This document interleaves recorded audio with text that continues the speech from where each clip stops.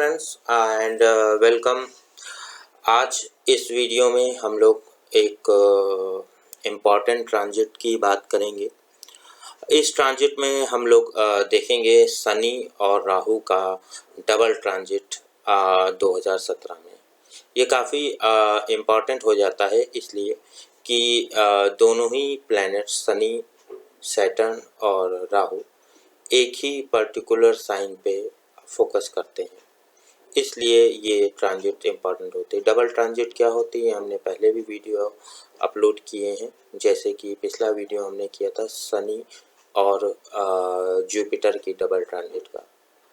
पर इस वीडियो में हम लोग देखेंगे शनि और राहु का डबल ट्रांजिट। तो जैसे कि हम देख सकते हैं, ये हमने चार्ट बनाया है। इसमें आप देखिए कि शनि इस वक्त सैजिटेरियस में चल रहा है 9 नंबर में, और इस 9 नंबर से शनि एक्वेरियस को देख रहा है, जो कि तीसरी दृष्टि से 1, 2, 3 और 7वीं दृष्टि से जेमिनी साइन को देख रहा है 1, 2, 3, 4, 5, 6, 7 और 10वीं दृष्टि से वर्गो को देख रहा है 1, 2, 3, 4, 5, 6, 7, 8, 9, 10। सो इन सैजिटेरियस के अलावा शनि का प्रभाव 4 और राशियों में पड़ रहा है, जो कि है एक्वेरियस, कुंभ, जेमिनी, मिथुन और वर्गो यानी कि कन्या। उसी प्रकार राहु का अगर हम देखें तो राहु इस वक्त सिंह राशि में चल रहा है, और जैसे कि शनि 3, 7 और 10 देखता है, उसी प्रकार राहु जो है वो एक अपने से 5वां, 9वां और 7th दृष्टि रखता है। तो यहाँ पे राहु जो कि देख रहा है अपनी पंचम दृष्टि से शनि को देख रहा है, जो कि सैजिटेरियस है। 7वीं दृष्टि से एक्वेरियस को देख रहा है, जो कि शनि भी देख रहा है अपनी तीसरी दृष्टि से, और पंचम दृष्टि से एरीज को देख रहा है 1 नंबर। यहाँ पे डबल ट्रांजिट क्या होती है, कई ट्रांजिट्स हो रही हैं। शनि और राहु अपने अपना 5 और 9 नंबर में है। उसके अलावा आप अगर देखें तो कुछ विशेष राशियों पे डबल असर पड़ रहा है। कैसे? राहु शनि की राशि को देख रहा है, जबकि राहु और जहाँ पे शनि है उसको देख रहा है, जबकि शनि जो है वो राहु को नहीं देख पा रहा है। पर इससे हुआ क्या कि यहाँ पे इस सैजिटेरियस साइन पे डबल इफेक्ट हो रहा है। एक तो शनि है यहाँ पे, दूसरा राहु की उस पर दृष्टि पड़ रही है। उसके अलावा यहाँ पे एक्वेरियस साइन में देखिए, सैजिटेरियस की तरह ही एक्वेरियस पे देखिए राहु की दृष्टि पड़ रही है और शनि की भी दृष्टि पड़ रही है। तो ये दोनों साइन जो है ये काफ़ी ज़्यादा डबल ट्रांजिट के उसमें प्रभाव में है। सो 9 नंबर, जैसा कि हमें पता है, 9 नंबर जो होता है वो होता है फॉर्चून स्थान, भाग्य स्थान या ट्रैवल स्थान जिसे हम बोल सकते हैं, लंबी यात्राएं। और 11 नंबर जो होता है वो कि गेंस का होता है, जो कि 11th हाउस भी बोलते हैं जिसको। तो हमने यहाँ पे बनाया है कि राहु शनि की डबल ट्रांजिट जो है 2017 में सैजिटेरियस और एक्वेरियस साइन पर है। 11 बराबर गेंस होता है और 9 बराबर ट्रैवल होता है। ये 25 जून तक रहेगी 2017 तक। तो फरवरी 25 आने ही वाली है, और मार्च, अप्रैल, मई, जून अगले 4 महीनों तक, क्योंकि 4 महीने बाद शनि वापस यहाँ से सैजिटेरियस से यहाँ पे आ जाएगा वृश्चिक राशि में 4 महीनों के लिए। और फिर जब 4 महीनों बाद शनि वापस सैजिटेरियस में जाएगा, तब तक राहु यहाँ से कर्क में चला जाएगा, राहु उल्टी गति से। तो इसी वक्त अगले 4 महीनों के लिए ये चीज़ देखने के लिए है। तो क्या रिजल्ट आएगा वो मैं देखूं, तो मैं आपको बताऊं, ये यहाँ पे जो अनएक्सपेक्टेड और सडन गेंस होने की संभावना है, ये हम दूसरी तरह से भी देख सकते हैं। यहाँ से ये राहु है जो कि अपनी पंचम और नवम दृष्टि से शनि को देख रहा है, पंचम दृष्टि से, और नवम दृष्टि से एक्वेरियस जो कि शनि का ही घर है उसको भी देख रहा है। और शनि देखिए यहाँ पे है ही सैजिटेरियस में, और अपनी तीसरी दृष्टि से एक्वेरियस को देख रहा है। तो यहाँ पे एक्वेरियस और सैजिटेरियस यानी कुंभ और धनु राशि पे काफ़ी असर पड़ रहा है। तो ओवरऑल इसका मतलब क्या है, नवा घर ट्रैवल का होता है और 11वां घर गेंस का होता है। तो यहाँ पे जो आउटपुट निकल रहा है वो निकल रहा है हमारी नज़र में गेन होगा, और किस चीज़ का होगा, ट्रैवल का होगा। और ट्रैवल यानी यात्राएं, सभी को गिफ्टेड टूर्स ट्रैवल्स मिल सकते हैं, या आपको गेन्स ही हो सकते हैं, यात्राएं कम हो या ज़्यादा गेम्स हो या ज़्यादा यात्राएं हो या दोनों का मिक्स हो और या दोनों ना हो, ये डिपेंड करता है। दरअसल होता क्या है कि सभी राशियों के लिए अलग अलग इफेक्ट है, पर क्योंकि हमने ये देखिए कुंडली जो बनाई है ये जनरल बनाई है, मेष राशि से बनाई है, जो कि 1 नंबर होता है।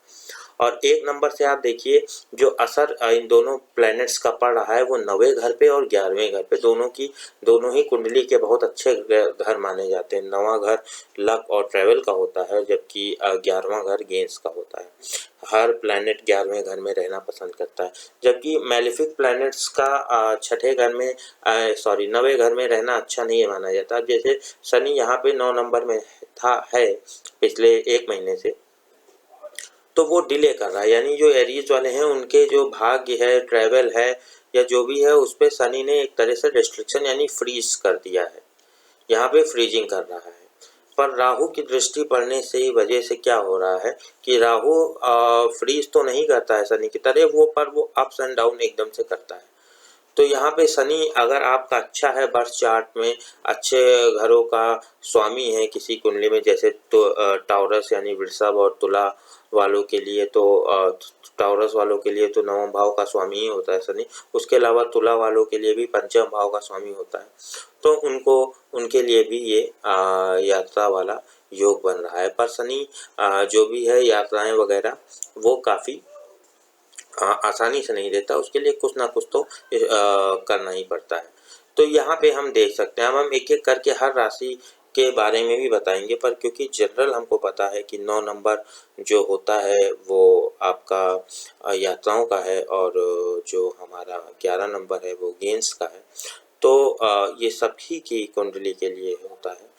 9 नंबर नेचुरल, तो 9 नंबर तो 9th हाउस से रिलेटेड है। उसी तरह natural 11 number is also related to the 11th house. So यहाँ पर हम ये कह सकते हैं कि इन दोनों घरों का योग सबको मिलेगा। एक एक करके हम देखें तो मेष राशि वालों के लिए, एरीज वालों के लिए तो हम देख ही सकते हैं कि 9वें भाव में शनि है और राहु की दृष्टि भी पड़ रही है इस पे। तो उन लोगों को, एरीज वालों को कुछ ज़्यादा ही 9वें और 11वें भाव का योग है। उनको एकदम से सडनली कोई ट्रिप मिल सकती है, जहाँ पे वो अपने सीनियर्स के द्वारा या अपने कोलीग्स के द्वारा या अपने जूनियर्स के द्वारा या अपने फ्रेंड्स या अपने फैमिली के साथ, किसी के भी साथ जाकर अपना लंबी यात्रा या कोई यात्रा प्रकार की जो कि अच्छी अवधि 2-4 हफ्ते भर की अवधि की यात्राएं यहाँ पे मिलती दिख रही, वीकेंड्स यात्राएं तो दिख ही रही। तो ये तो है एरीज वालों के लिए, क्योंकि यहाँ पे एरीज में शनि वैसे भी 11th हाउस का रूलर भी है, और राहु को तो हम जानते ही हैं कि सडन अप्स एंड डाउन्स देता ही रहता है। उसके अलावा आप देखिए कि अभी जो शनि सेजिटेरियस में चल रहा है, अभी 2 और 3 डिग्री के बीच में है, और राहु जो कि कुंभ सिंह में चल रहा है, ये 8 और या 9 डिग्री के आसपास है। तो 3 और 9 हम मान लें तो केवल 6 डिग्री का अंतर है अभी। तो आने वाले 10 दिन बाद ये अंतर 5 का हो जाएगा, और जब ये अंतर 5 से भी कम का होगा तब ये चीज़ें ज़्यादा देखने को मिलेंगी। तो कहने का मतलब ये है कि एरीज वालों के लिए तो ये काफ़ी ज़्यादा बढ़िया लग रहा है। फिर बात आती है टॉरस वालों के लिए। टॉरस वालों के लिए यहाँ पे 4th हाउस में राहु है, और उसके अलावा जो सैटर्न की जो डबल ट्रांजिट वाला असर है वो उनके 8वें घर में है और 10वें घर में है। तो वर्क रिलेटेड यानी कैरियर फील्ड में कुछ भी अनएक्सपेक्टेड सडन हो सकता है, जो कि फायदेमंद ही होने की संभावनाएं हैं, क्योंकि 10th भाव एक उपचय हाउस रहता है 11वें की तरह। तो अच्छा ही नज़र आ रहा है टॉरस वालों के लिए। पर यहाँ पे जो एक्शन होंगे वो काफ़ी और ज़्यादा सडन हो सकते हैं, अनएक्सपेक्टेड हो सकते हैं, क्योंकि यहाँ पे अष्टम भाव 8th हाउस और 10th हाउस के बीच पे डबल ट्रांजिट हो रही। जो लोग शनि या राहु की महादशा या अंतरदशा में हैं उन पे तो ये असर काफ़ी ज़्यादा होगा, कुंभ और धनु राशि का। और जो नहीं भी हैं शनि महादशा या अंतरदशा में, तो या राहु महादशा या अंतरदशा या दोनों की अंतरदशा महादशा, उसके अलावा अगर उनकी कुंडली में शनि का महत्वपूर्ण योग है या राहु का महत्वपूर्ण योग है, तो ये इश्यूज उनके में भी एक्सपीरियंस होंगे आने वाले 4 महीनों में, अगले 25 जून तक। 25 जून में ये चेंज होगा। तो होता क्या है, अभी तो हम लोग ये कहेंगे कि दशाओं के हिसाब से हम लोग प्रिडिक्शन सबसे सही रहता है, पर ट्रांजिट के हिसाब से हमें ये ज़रूर पता चल रहा है कि कहाँ पे एक्शन आपको मिलने वाले हैं। तो डबल ट्रांजिट दोनों प्लैनेट्स की एक्वेरियस और सेजिटेरियस में, तो टॉरस वालों के लिए हमने देख लिया अष्टम और दशम भाव का जो है उस पे उनको ध्यान देना है। उसके बाद टॉरस वालों के लिए अच्छी बात यह है कि शनि उनके में नेचुरल रूलर भी बहुत योग कारक है। 1 2 3 4 5 6 7 8 9 10, तो 9वें और दशम भाव का स्वामी है शनि इनके में। दशम भाव और 9वां भाव तो टॉरस वालों के लिए तो काफ़ी अच्छा है। और शनि अभी तो खैर 8वें चला गया है, पर देखिए 11वें भाव को भी देख रहा है, 10वें भाव को देख भी रहा है। तो भले शनि से वो बात नहीं, पर ये जो डबल ट्रांजिट है उसका असर जो है वो इस वक्त एक सेजिटेरियस पे भी है जो कि उनका अष्टम भाव है, और एक्वेरियस पे भी है जो उनका दशम भाव है। अष्टम भाव तो शनि अष्टम तो नहीं अच्छा माना जाता है, पर यहाँ पे दशम भाव में जो इफेक्ट हो रहा है उसको हम पॉजिटिवली ले सकते हैं। ओवरऑल टॉरस वालों के लिए शनि तो योग कारक ग्रह है ही है, तो जो भी अगर जो कोई ट्रबल्स भी आती हैं वो अच्छे ही के लिए आएंगी और आगे जाके उसमें उनको लाभ मिलेगा। नेक्स्ट हम लोग देखते हैं, वो हम लोग देखेंगे कि मिथुन राशि वालों के लिए। तो मिथुन राशि वालों के लिए हम देख सकते हैं कि ये जो इफेक्ट है डबल ट्रांजिट शनि और राहु का, वो इन 2 घरों में है, जो कि आपका इनका आता है 7वां घर और 9वां घर। 7वें घर यानी रिलेशनशिप्स को काफ़ी फ्रीज कर दिया था सैटर्न ने, आते ही पिछले 1 महीने से फ्रीज हो चुकी हैं, क्योंकि सैटर्न जहाँ जाता है उस एरिया को फ्रीज कर देता है, रोक देता है। उसके अलावा जो उनके 9वें भाव पे भी शनि की दृष्टि पड़ रही है, पर उसके साथ साथ राहु, तो हो क्या रहा है, राहु कह रहा है बस अब इनको गेन दिया जाए, पर वहीं शनि कह रहा है नहीं अभी रुके रहो, अभी डिले करें। तो ये इफेक्ट यहाँ पे आ रहा है जेमिनी वालों के लिए। 7वां और जो कि 10वां भाव है उस पे इफेक्ट है। तो 9वां भाव, तो 9वां भाव तो भाग्य स्थान है, वहाँ पे एक्टिविटी होना तो अच्छा ही है। उसके अलावा 7वें भाव में जो कि रिलेशनशिप्स का भाव है उसमें सैटर्न का यहाँ पे आ जाना और उस पर से राहु का भी प्रभाव होना, तो यहाँ पे सलाह यही रहेगी आने वाले 4 महीनों में रिलेशनशिप्स को लेके पॉजिटिव रहें और काफ़ी कुछ अगर कोई नेगेटिव या कुछ होता है तो उसको इग्नोर करने की कोशिश करें और आगे पास आउट करें। और वहाँ पे कोई इनको आपको वहाँ पे चूकना नहीं चाहिए और आपको उसमें अपनी जो टेस्ट हो रहा है यहाँ पे सैटर्न या राहु का, उसका आपको पास करना चाहिए अपने सहन शक्ति से। उसके बाद हम आते हैं कैंसर के ऊपर। तो कैंसर यानी कर्क राशि वालों के लिए ये जो ट्रांजिट हो रही है 1 2 3 4 5 छठे भाव में और 8वें भाव में। छठे भाव में तो शनि काफ़ी अच्छा चल रहा है कैंसर वालों के लिए, पर अभी शनि जल्दी ही एंटर किया है सेजिटेरियस में, तो थोड़ा समय लेके रिजल्ट देना शुरू करेगा। तो छठे भाव में सेजिटेरियस है, उस पर से राहु की दृष्टि, तो छठे भाव यानी वर्क और हेल्थ रिलेटेड थिंग्स के लिए अच्छा है, मेलिफिक्स है यहाँ पे, तो ये अच्छा है कैंसर वालों के लिए। और अष्टम भाव के लिए पे जो दृष्टि पड़ रही है, तो 8th हाउस पे जो असर है शनि और राहु का, इसको इनको लेके इस पे इनको ध्यान देना। सडन इवेंट्स होने के चांसेस हैं, तो उसमें आप ये कोशिश करिए कि आपको जो सडन इवेंट्स होंगे वो 6th हाउस से रिलेटेड अगर होते हैं तो आपके लिए बेहतर ही है, क्योंकि छठे हाउस में मैलिफिक्स का प्रभाव बहुत अच्छा होता है और अच्छी तरह कार्य करते हैं। तो आपको जॉब रिलेटेड सडन प्रमोशन या उस प्रकार से गेन्स मिलने के पूरे संभावनाएं हैं। तो ये सडन जो राहु देता है, हो सकता है एक दिन दिया, अगले दिन में ही, एक ही दिन में सारा आपका मतलब काफ़ी दिनों का गेन्स हो गया। तो ये चीज़ ये राहु की क्वालिटी है। और फिर से मैं रिपीट करूँगा कि इनकी डिग्रीज इस वक्त बहुत क्लोज है। राहु अभी 9 डिग्री के करीब है, शनि 3 डिग्री की तरफ, 6 ही डिग्री का अंतर। आने वाले हफ्ते भर में 5 दिनों में शनि 4 की तरफ बढ़ेगा और राहु 8 की तरफ, तो फिर अंतर 3 ही 4 डिग्री का रहेगा। तब ये इवेंट्स और होंगे, खास तौर से उन लोगों के में जिनके में शनि की दशा या राहु की दशा या अंतर दशा या भुक्ति चल रही है। उसके बाद हम लोग आते हैं सिंह वालों के ऊपर।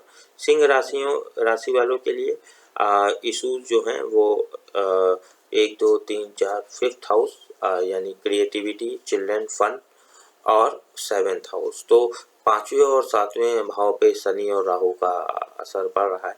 5वें भाव में शनि का आना यानी फन और मौज मस्ती पे रोक लगाना, यहाँ पे एक तरह से ब्रेक लगाना, फ्रीज करने का है। उसी प्रकार यहाँ पे 7वें भाव में भी शनि की दृष्टि पड़ना और राहु की दृष्टि पड़ना, तो इसमें रिलेशनशिप्स में भी एक प्रकार से रोक टाइप की लगा।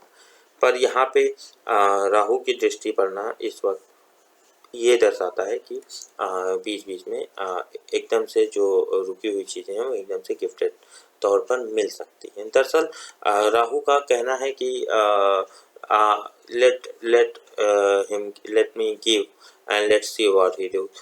वो देता है और आपको टेस्ट करता है कि हमने आपको ये प्रोवाइड किया, आप देखते हैं अब आप क्या करते हैं। तो देखने को तो शनि राहु दोनों ही मैलिफिक हैं, एक से ज़्यादा, एक में इवन राहु शनि से भी ज़्यादा मैलिफिक प्लैनेट है। बट जिनके बर्थ चार्ट में अच्छा बैठा हुआ है तो गेम्स भी करवाता है, तो टेस्टर्स हैं दोनों ही। तो यहाँ पे सिंह राशि वालों के लिए, लियो वालों के लिए फन और रिलेशनशिप में सडन एकदम से गेम्स भी हो सकते हैं, वो बहुत हाई स्टैंडर्ड के भी हो सकते हैं।